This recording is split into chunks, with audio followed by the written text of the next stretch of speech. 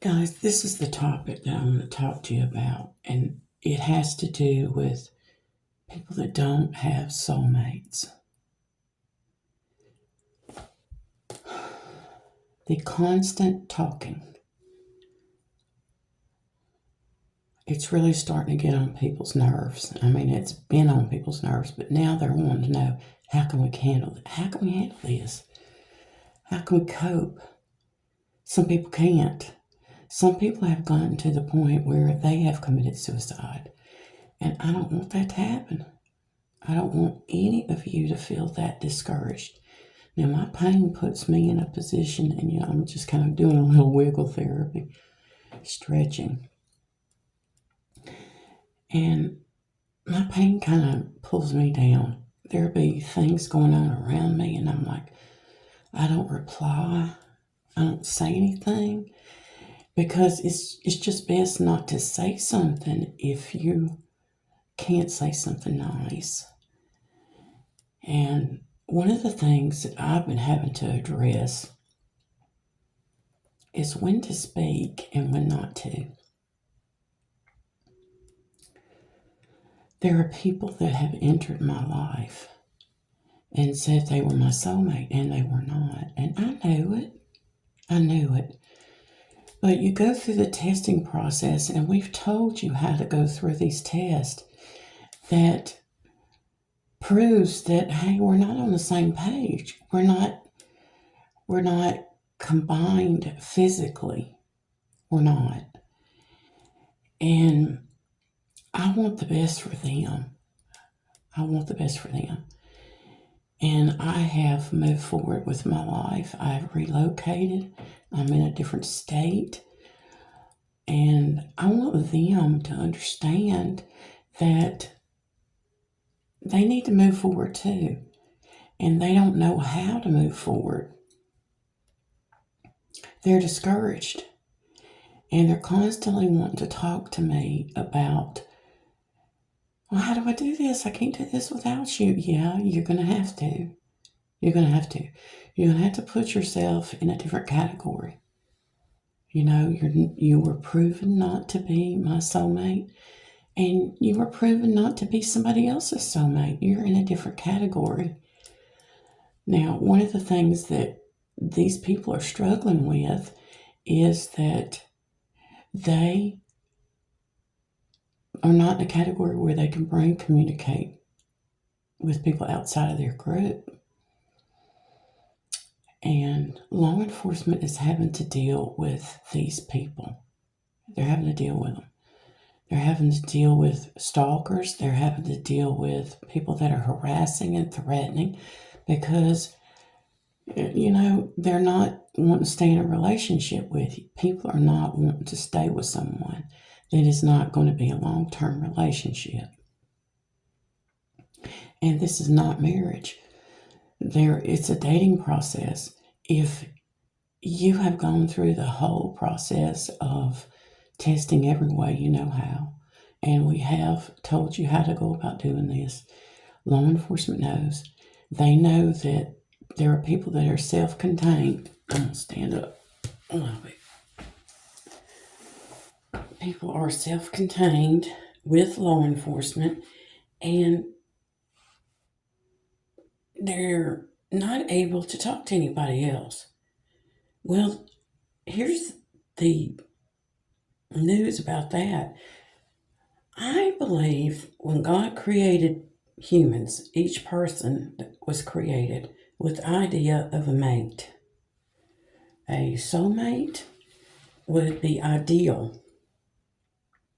Some people never know this because they don't understand love. They don't believe anything that they've been told about God, and they're stuck in a category with law enforcement, and they can't communicate with anybody else.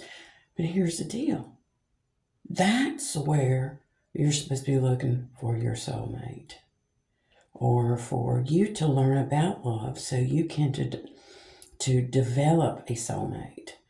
And like I said, every person that's created, there is going to be one that would be a potential mate worldwide. And when you travel down this path and this person's over here, it's not going to work. And beating on the door to make this person be your soulmate is not going to work when you're on two different paths. So what I suggest is you leave it with law enforcement. And they are active duty law enforcement. They're not retired. They're not veteran law enforcement officers. They're not, and you're not going to be able to communicate with military law enforcement either. If you're a civilian, you're not going to be able to. You're either in or you're out. I can't talk to you about this all the time, and people are constantly wanting me to talk, and I can't do it. I refuse to. God has told me, no, don't do that. So I'm doing this little video right now to let you know that there are people that are causing problems. They're keeping children awake. They're keeping newborns awake. They're keeping people that have just had surgery awake. People that are going into surgery. They're not even letting them decompress when they get their pre-surgery medication to help them to relax to go into surgery. They're not letting them do that. Some of these surgeries are life-threatening, and they're not letting them do it. You possibly could be one of those, not letting someone calm down, focus on what you need to focus on, or what they need to focus on, and move from there. Now, I am ready for the day. I have been spending time with God. I've talked to Him. I talk to Him, and He hears me. I know because Jesus is right over here with me. And this is my right ear. He's on my right side. He's right here. That's the right side. And if you're hearing something way out there, that may not be what you need to be listening to, right? We have people that are homeless. We have people that are starving. We have people that are in chronic, life-threatening situations, and I'm talking about physically. And the nonsense that's going on all the time. Less is actually more. The less you talk, the more you can hear.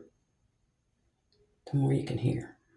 Now, my 2-year-old grandson and all of my grandchildren are hearing this mess.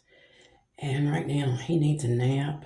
He needs to be able to stay calm, because he's ready to pull his hair out himself. He'll tell you that. He'll reach and grab his hair, and I don't want that. I don't want your 2-year-olds. I don't want your newborns. I don't want any of them doing that. So, like I said, I'm trying to be quiet here, and this is the best situation I can film in right now, because it has been bad weather and it's wet outside. I don't want to deal with that right now. So here we are. Let's get through today and know that God is in control. If you don't know that, it's time to, maybe you could just listen to somebody else. Listen to what law enforcement is saying. And we're listening to them. We're hearing what they're saying. And when they send you off in the wrong direction, we correct them. Trust me, we correct them. And we are in the category where if they don't do what they're told, they're in trouble.